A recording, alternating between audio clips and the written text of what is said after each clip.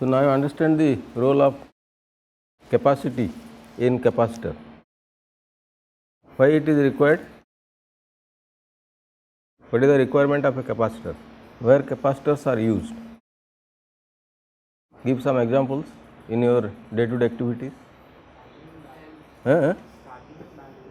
Charging batteries, others, ceiling fan, yes, then mobiles, then starter, tube lights.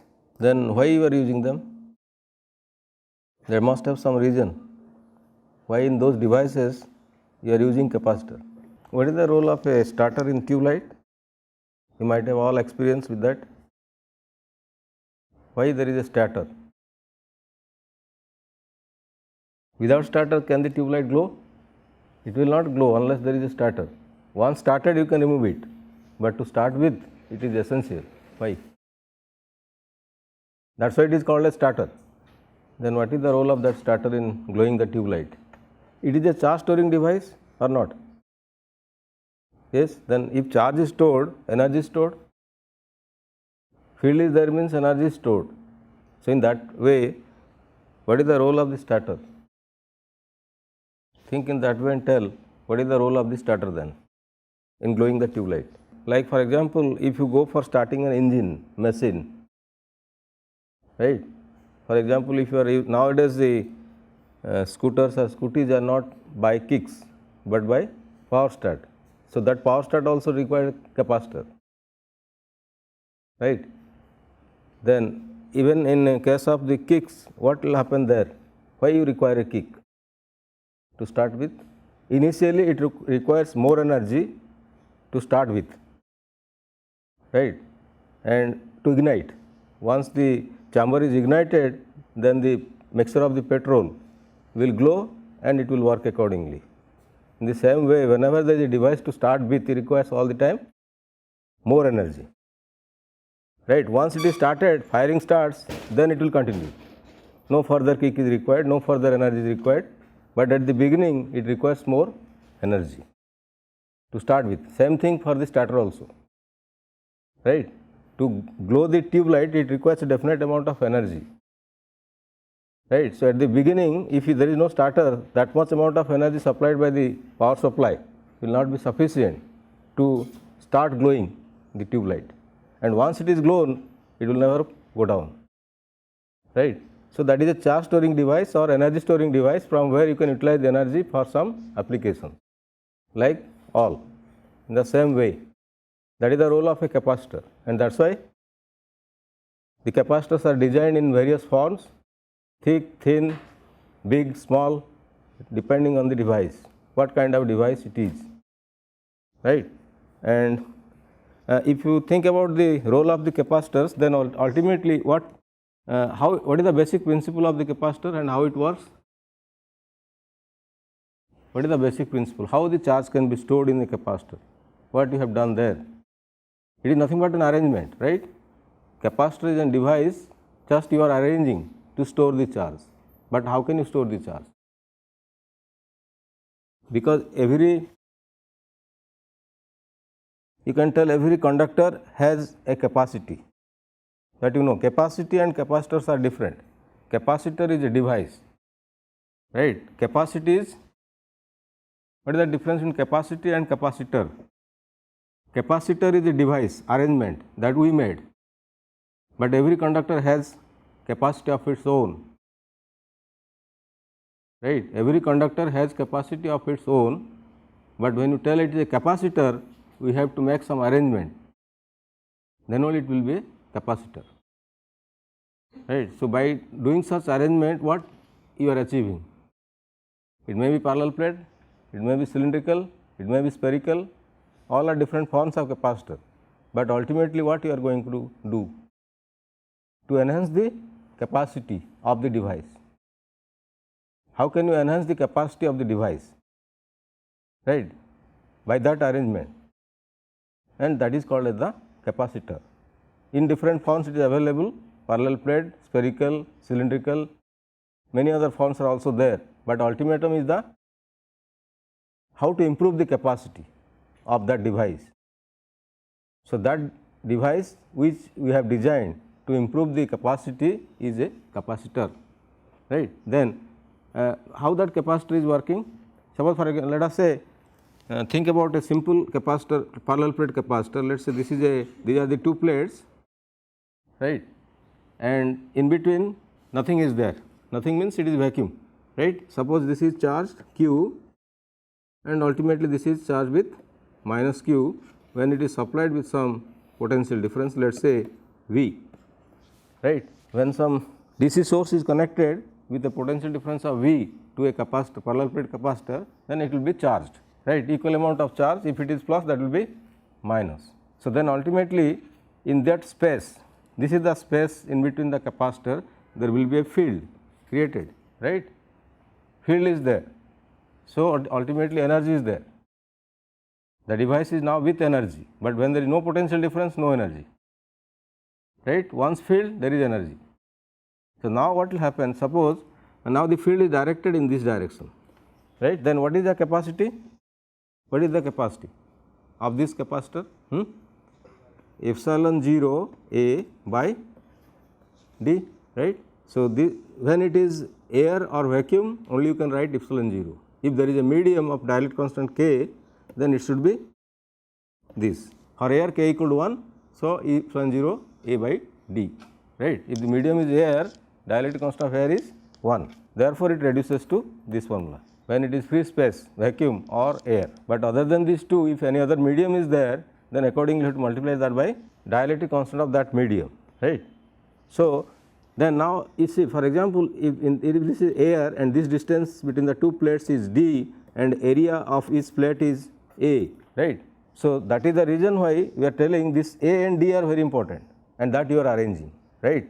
A and D are very important, how to improve the area and reduce the distance. If you can do that, then the capacity will enhance, and that we are doing in such arrangements, right. If it is a capacitor, parallel plate capacitor, what our objective is? How to increase A and how to decrease D, right, either by A or by D or by both. You have to enhance the capacity, right.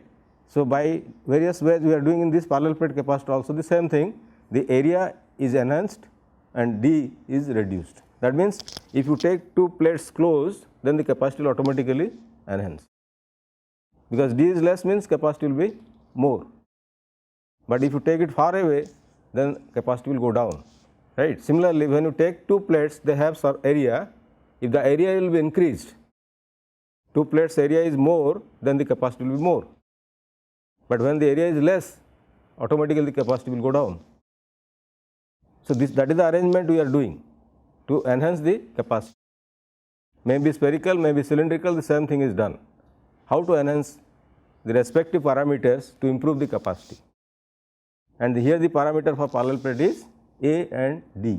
Here we do not have control over epsilon 0 or K, but we have control over area and distance. So, accordingly you have to know how to control them so that capacity can be enhanced, right. So, then now you see, if you are telling that this is a capacitor, then now the question is, when you are introducing some medium in between them other than air, air is having dielectric constant K, 1, K is 1, that epsilon 0 and epsilon r is what? Epsilon. So, what that is? Epsilon, not E. Epsilon 0 into epsilon r is epsilon, right. So, that what is that epsilon? This is the medium, this is the free space, right. Epsilon 0 is for the free space or air, epsilon r is the relative, relative means other than air, compared to air, how more it is, right, compared to air, how more it is. So, therefore, when you are telling this E r, then ultimately what value is? Epsilon divided by epsilon 0, right, and this epsilon r is nothing but your K, dielectric constant. Relative permittivity is same thing as the dielectric constant of the medium.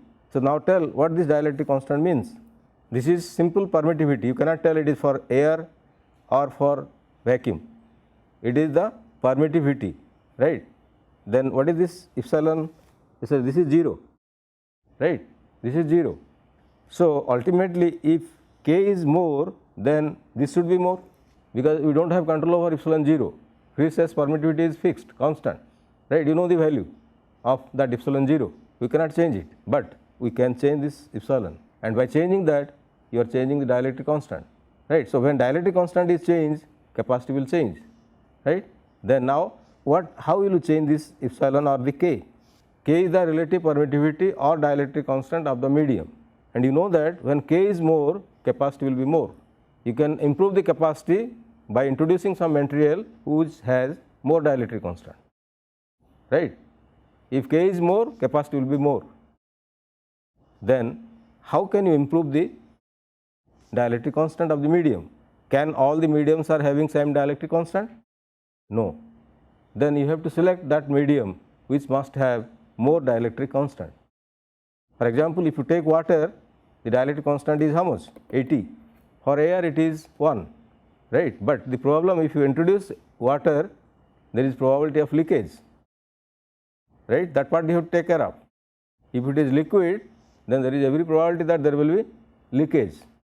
So, once there is leakage, after few days or few months, again the vacuum will come or the air will come.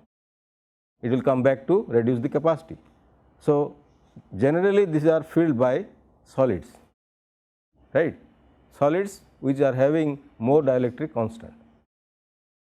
So, you have to select a solid whose dielectric constant should be more, then the capacity will increase, right. Liquid will never solve the problem, even gas will not solve the problem, there will be leakage, right. You can never check it, there will be leakage.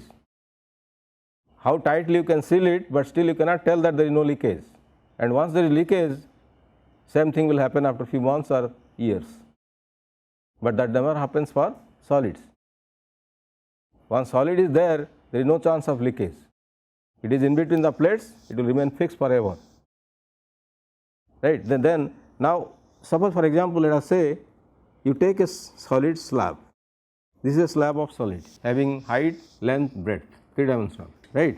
So, then now ultimately it may be element or compound, it must come from the atoms, right.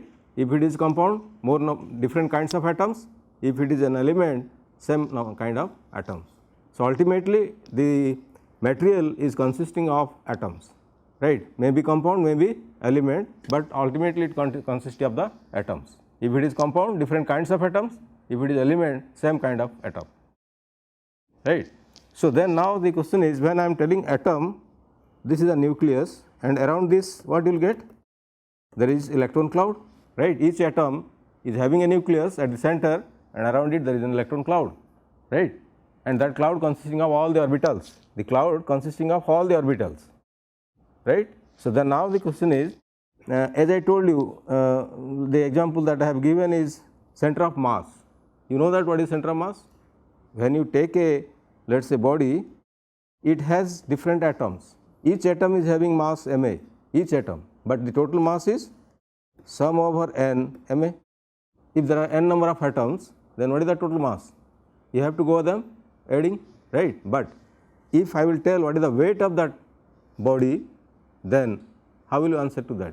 Because each atom is having mass ma, so each atom is having their weight ma into g, and that acts downward, right. Each atom is experiencing gravitational force, that is the weight of the atom, and that is ma into g, right. So, if there are n number of atoms, then imagine how many such weights are there with respect to those atoms, all are parallel to each other, right. But ultimately if you add all those vectors, it will give a single vector, right. If all parallel vectors are added up, you will get a single vector, and from where, what is the tail of that vector then? That tail is nothing but the center of mass, from where it starts, that is the total weight, right. So, total mass is this. So, ultimately if you are multiplying that by g, you have to multiply this also by g, and these are vectors vertically downward, right. So, now if it is replaced by a equivalent mass m, that is the mass of the body, then this acts on a point or at different points. If equivalent mass of the body, that is the weight of the body, is m, capital M, then this is a vector or scalar? Weight, vector. So, if vector, then there must be a tail. So, where is the tail then? That is the center of mass. It is imaginary. You have to imagine where is the tail, and that tail is the center of mass, or you can tell center of gravity, right. Center of mass relevant to center of gravity, because from there the weight starts. There is no such point, you have to imagine where that point will be, so that all these vectors are added up to start from that point. right. So, like that here you think about the electron cloud, similar thing. Here it is atomic mass, but here it is electron mass, right. The electron cloud is around the nucleus, every electron has its charge. So, if you are asked to tell where is the center of charge of that cloud, is it a point or many points as the number of electrons? Would you follow? Electron cloud is having charge, because each electron is having charge, like mass here, atomic mass, right, and they are not at rest, they are moving continuously. Electron cloud, the electrons are not at rest, they are moving all the time. Then if you will ask to find out what is the net charge of the electron cloud, is it a point or more than one point? Net charge of the electron cloud, like net mass, it is net charge. So, the net charge is starting from a point or many points as the number of electrons. Suppose there are 10 electrons, center of mass can be 10 points or a single point, must be single point. Like this center of mass, this is center of charge, right. Here it is center of mass, there it is center of charge. We are not bothered about the mass here, but bothered about the charge here, right. So, then if the center of charge of the electron cloud is coinciding with the center of charge of the nucleus, then it is non-polar, right. If both the points are coinciding, same point, then only you can tell it is a non-polar body or a compound, atom, right. Atom will be non-polar when the center of charge and the charge of the nucleus are both same point, both are equal or both are the same point, right. Then ultimately it is a single pole, no chance of dipole. But if it is different, if these 2 points are at different places, then it is polar. So, automatically there will be a dipole. Understand what you mean by dipole? So, the origin of dipole comes in that way. If the center of charge of the electron cloud is not same as the center of charge of the nucleus, nucleus is also having protons, right, but there is also center of charge of the nucleus. If these are same point, then it is non-polar, but if they are different point, then it is polar. So, ultimately you can tell now atom is a polar or non-polar, who will decide? That depends on the center of charge of both nucleus and the electron cloud, where they are, right. So, in that way if you proceed, you are getting some atoms are polar, but not all, right. Many atoms are polar, but many other atoms are also non-polar, and accordingly some compounds are polar, some are non-polar, right. So, the origin is from the atomic level. So, similarly if you take water molecule, it is a polar or non-polar? It is polar, right. Water is a polar compound because it has dipoles, that is why there is dielectric constant. Unless there is dipole, there is no chance of dipole or dielectric constant, right. So, any polar compound must have a dielectric constant. If there is no dielectric constant, there is no chance of dipoles, right. So, then now if you tell why, then water is mixing with water, right. If you add more water, it will mix up, but when you pour oil, never mix up, or not, oil will never mix up with water. Why? Because oil is non-polar, water is polar. Polar polar can combine, non-polar non-polar can combine, but never the different. Oil can mix with oil, water can mix with water, but oil can never mix with water, right. Because if this is a dipole, water dipole, another water dipole will automatically attract. If positive, negative will be there and they will attract. That is why they are mixing homogeneously. But if you take oil which is non-polar, how it will mix up, right. So, similarly if you get an uniform solution, then you have to think about what kind of solvent, what kind of solute, whether it is polar or non-polar. If both are polar, they can combine homogeneous mixture. If both are non-polar, they can combine homogeneous mixture, but if they are different, they will never combine, right. So, now you think about a sheet or a slab of material, right, then, and let every atom of that material is a dipole. You have to treat in that way, right. Every atom of that material is a dipole. Understand now? It may be a polar or non-polar, but we are thinking it is a polar compound, right. That material, that slab is a polar compound having dielectric constant. Then automatically every atom of that material must be a dipole. Every atom of that material must be a dipole. So you can represent the dipole just by putting an arrow like this, one atom, one arrow, right, because it is a dipole having dipole moment, is a vector, right. So every vector is representing an atomic dipole. So when there are many such atoms, then obviously you are getting many such dipoles and they will be aligned, positive, negative, positive, negative, positive, negative, right. This is the positive, this is the this is positive, this is negative, then negative of next one will combine, they will align, right. So in that way here you are getting many such atoms in a row, and similarly other row, third row, and they will be automatically arranged if all are polar, right. If all are polar, automatically they have to align because there will be attraction between two opposite poles. So then now if they will be aligned, let us say I will put this slab here in between the two plates, the same thing will happen or not? If this is a polar compound, I will introduce it in between the two plates, the same thing will happen here or not? Then now think, if they are aligned in this way, an electric field is created or not? Obviously created. Charge is there, field is there. No charge, no field, charge must be field, right. Sir, here you cannot tell it is neutral because there is dipole. Dipole means charge is there, right. If you are telling atom is neutral, you are wrong for dipoles. Net charge is 0, but these charges are never concentrated at the same point. That is why there is dipole and it has role for the field. Dipole has its own field, right. Atom is having no field when both the points are same, if it is non-polar, right. But when it is polar, there will be field because dipole is having field, right. So when dipole is having field, then obviously this material, within the material a field is created, generated automatically.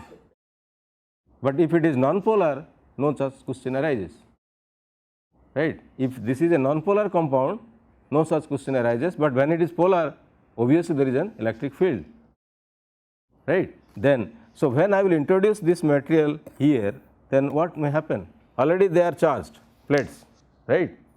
The plates are charged. When I will introduce this material here in between the two plates, then what will happen there? The alignment is there, no doubt, but the direction is just opposing, right. Positive dipoles will come this side, negative dipoles will go on the other side, right. It is obvious because the field is in this direction and the opposite charge will attract. Therefore, the alignment of the charge here is different here. Here there is no field, but here there is a field. That field compels them to align in a different way, right. So when they are aligned, now think, now the field due to this material is suppose E prime, and without this let the field is E. Two fields are created. One is there with voltage, another is created because of dipoles, right, and they are opposite to each other or not. E is in this direction and because of the dipoles the field is in the opposite direction. So then what is the net field now for the device capacitor? It will be E vector minus E prime vector because they are opposing each other, right. So the net or the effective electric field for this device is this.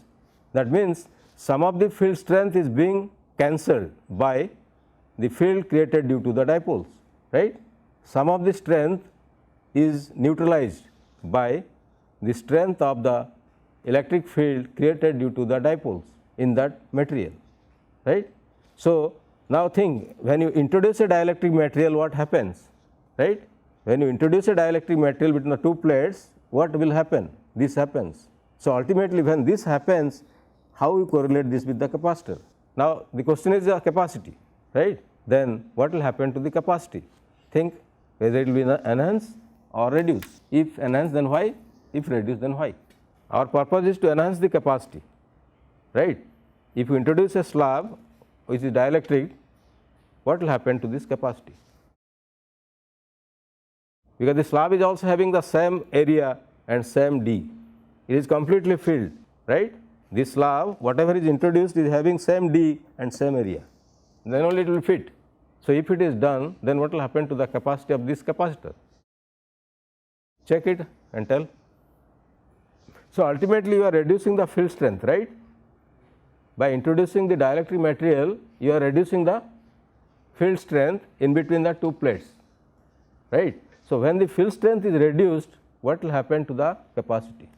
Are you doing the same thing by reducing D? Same thing, right. If the distance is closed, then capacity will increase, and by doing that also you are doing the same thing, right. When the field strength is reduced, ultimately it will enhance the capacity.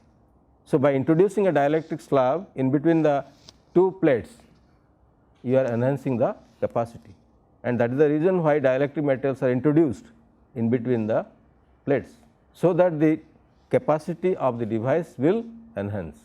But how much you want to enhance, that again depends on E prime, right. What kind of material you will select, because all the materials are not having same dielectric moment, right, because all the materials are not having same dielectric moment.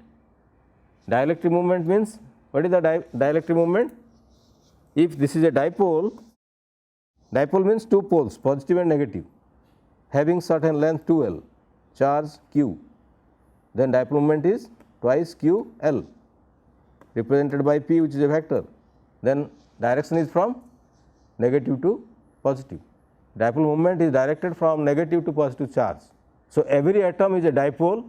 For a dielectric material, every atom is a dipole and having dipole moment, right. So, the net dipole moment of the slab is also a vector. You have to add up the vectors, right.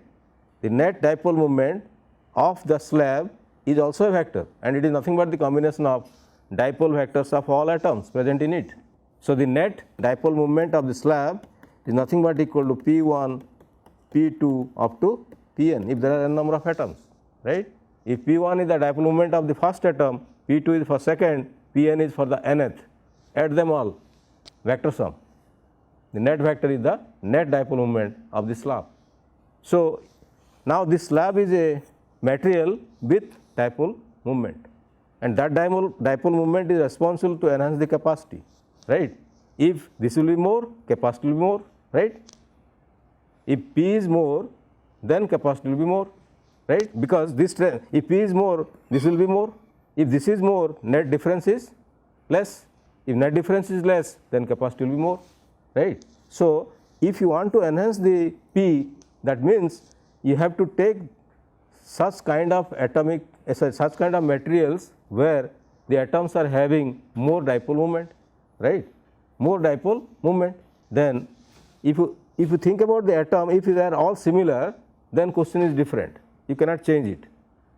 But if it is a compound, many kinds of atoms are involved there, then the net dipole moment of the molecule is changed, like water, right. Like water, water is having dipole moment, which is different from hydrogen and oxygen, right.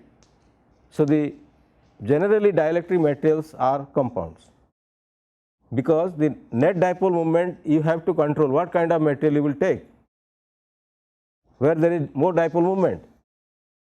If you take air, then only it is 1, but when you are taking water, 80 times more. Why? Because air molecules are arranged in a different way than that of water molecules. As a result, the dielectric constant of water is more than that of air. Air is a mixture of many gases, many gas molecules, and all molecules are representing dipole, and their combination is the air, right. The dipole moment of air is 1 because all the gases involved in air, including moisture, right. The net dipole moment is only 1, but if you take water molecule, it is going to 80, means 80 times more, right. So, what difference is there here? Only the atoms involved there. The atoms involved in air is not same as the atoms involved in water, right. It may be partly, but not completely. Water is having hydrogen oxygen, gas is also having hydrogen oxygen, but other than hydrogen oxygen, many other gases are there in air, right. So, their contribution also counts. So, ultimately the net dipole moment for air is going to 1, but for water it is 80. And similarly, if you take the material, what kind of material is having more dipole moment, that you have to see. If it is more, this is more, net strength is reduced and capacity will enhanced. That is the basic principle. right. So, therefore, you have to select such kind of material so that this can be reduced, this difference. And how it can be reduced? If this will be increased. And how it will be increased? If this P will be increased, right. So, ultimately this P is responsible by what? Atoms, right. What kind of atoms you are treating as the dipoles? Are they same or different, right. If you will take atom, it is element. If it is molecule, then it is compound. So, I am representing here if atom, then it is element, but if it is molecule, then it is compound. So, every molecule is also having dipole moment like water, right. Like water is a molecule, it is having dipole moment. So, when I will take this is a compound, then obviously this is molecule, right. P1, P2, P3, P4 up to Pn, n number of molecules are there. But when I am telling element, then they are the atoms. But anyway, you have to enhance this, means you have to enhance each and every entity, either it may be atom or molecule. If it is compound molecule, if it is element, atom. So, then only you can enhance P, enhance E prime, reducing net electric field strength, and when this is reduced, then the capacity is automatically enhanced. So, that is the way how the dielectric materials are playing the role to enhance the capacity, right. So, therefore, when you select a dielectric material, be careful whether this E prime is more or less, you have to check. Any material cannot be used as the dielectric material for a capacitor. It may have dielectric constant, but what is the value, right. If the dielectric constant is more, then it is a better material for capacitors, right. If dielectric constant of the material is more, then it is a better solution for the capacitor. But if it is less, then it is again problem, because our purpose is to enhance the capacity. Within a small space, how can you enhance the capacity, right. So, to do that, you have to select that kind of material, which material is having more dielectric constant, and that is relevant with your polarization. And again, very important thing is that, you see, suppose you are taking some material here, let this is a material, right. Poles are there, many poles are there, dipoles, not pole, dipole, right, because every compound is a dipole if it is a compound. So, these dipoles are aligned or they are moving randomly. These dipoles representing all the molecules present in the compound are uniformly arranged or disorderly arranged? Disorderly arranged, right. The dipole moment of all the molecules are not same, they are zigzag, right. So, the net dipole moment there is 0 vector, net dipole moment, you know it, they will constitute a polygon, right, in one cyclic order. Then obviously, net dipole moment for such compound is how much? 0 vector. If you add them all, net will be 0 vector, like the case of drift velocity, same thing, right. But if I will apply a field here, then what will happen? They must be aligned, right. If there is potential difference, they are bound to align, they are compelled to align, and as a result, you are getting dipole moment, right. So, that effect is called as polarization, right. What do you mean by polarization? You align all the dipoles in one direction, that is called as polarization. And how it can be achieved? Only by field. If you apply electric field, then the dipoles are compelled to align in a direction, and depending on the field strength, again completely aligned or partly, right. All the dipoles are aligned or few are aligned, few are not, all will align, but again that depends on the field strength, how much field strength is there. Suppose the field strength is very weak, it may happen some of the dipoles are aligned, but not all, then there is a problem. Which are not aligned may disturb the dielectric constant of the medium, the polarization is not perfect. So, to achieve that perfection, you need a high strength electric field.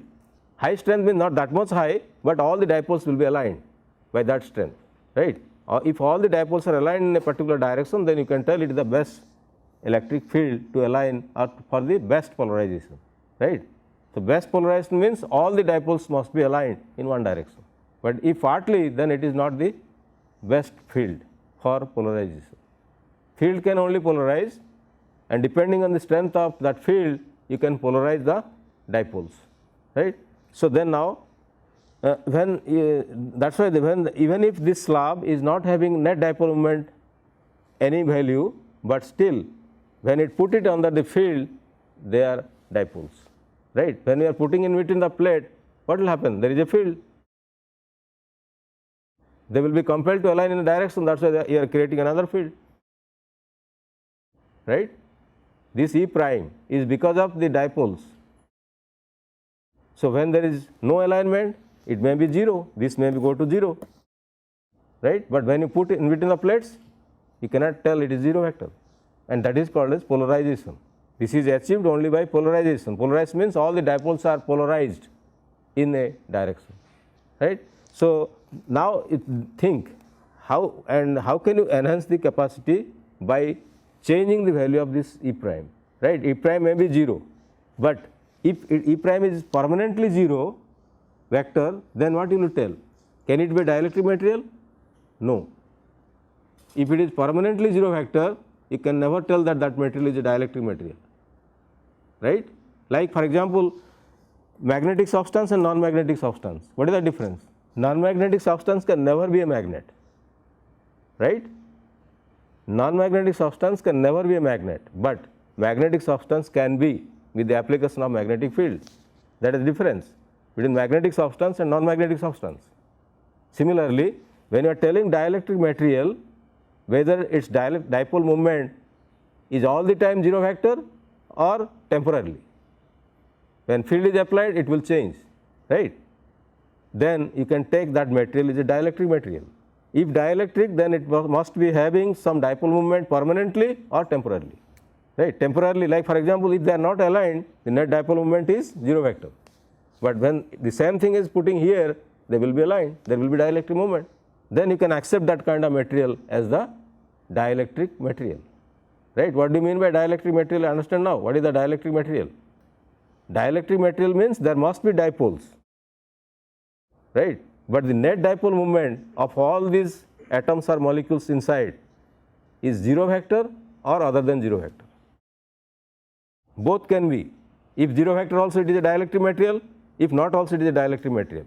But unless there is dipole, you can never tell it is a dielectric material. There must be dipoles, but those dipoles are aligned with respect to the field or not, that is different question. That is polarization. You can polarize them with the application of the external field. So, when they are polarized, you will get the polarization or dipole moment. Otherwise, the dipole moment, net dipole moment will be cancelled out. Net will be 0 vector, right? So, like for example, if you take a magnetic substance, what will happen there? There are magnetic dipoles, right? What do you mean by magnetic substance? There are magnetic dipoles or not? Must be, because each and every atom is a magnet. That is why it is magnetic dipole. Like here you are telling electric dipole, there it is magnetic dipole. Each and every atom is a magnetic dipole with north and south pole. So, they are also represented by same arrows, but that arrow point is north, other one is south. Like here it is positive charge, negative charge, there is north, south. They are magnetic dipoles, these are electric dipoles, right? So, if each and every atom is not a magnetic dipole, the substance can never be a magnetic substance, right? If each and every atom of the dipole, each and every atom of the magnetic substance is not a magnetic dipole, the substance can never be called as a magnetic substance. Maybe dia, para, ferro, whatever it may be, but each and every atom must be a magnetic dipole. If not, they are non-magnetic, right? If all atoms are not having magnetic dipole, then you can tell it is non-magnetic substance. But once it is magnetic, doesn't tell or doesn't bother about the type of magnetic substance, maybe para, ferro or dia, but there must be magnetic dipoles. Depending on the alignment only they are named, whether it is para, dia or ferro, just by the alignment with the application of the field. Otherwise, each and every atom is a magnetic dipole, if it is a magnetic substance. Similarly, if it is a dielectric substance, there must be electric dipole. If it is a magnetic substance, there must be magnetic dipole. So, if you take a magnetic substance, what is the net magnetic moment? If you take a magnetic substance, then they are arranged haphazardly, right? Zigzag. So, the net magnetic moment of the whole substance is 0 vector, like here dielectric dipole, right. So, what is the net magnetic moment of such material, magnetic substance? Is a magnetic moment is nothing but a 0 vector. They will form a closed polygon. Net magnetic moment is vanishing, but each molecule or atom is having magnetic dipole moment. So, when I will take a magnetic field, then what will happen there? Now, they are compelled to align in a particular direction. This is magnetic field, not electric field. Here it is electric field, but here it is magnetic field. So, when they are compelled, then automatically you will get north south poles are aligned, and now it is converted to a magnet. That is called as magnetization. Like here it is polarization, it is magnetization. So, magnetization is done by magnetic field, polarization is done by electric field. Here you are aligning electric dipoles, here you are aligning magnetic dipoles, right. It may happen there are some substances which are both dielectric as well as magnetic, right, dielectric as well as magnetic. So, you have to control the property as per your application. Which one is more essential for you? You need more dielectric than magnetic, or you need more magnetic than dielectric, right, because you have to control the property depending on your own choice. That is your job to do, think over how to do that, because there are some materials which are both dielectric as well as magnetic, right, and all are having different properties. So, which property you need for application? So, accordingly you have to select and control, so that you will get the requisite property of that material, and that is material science. Research in material science is that how you will control the properties for application.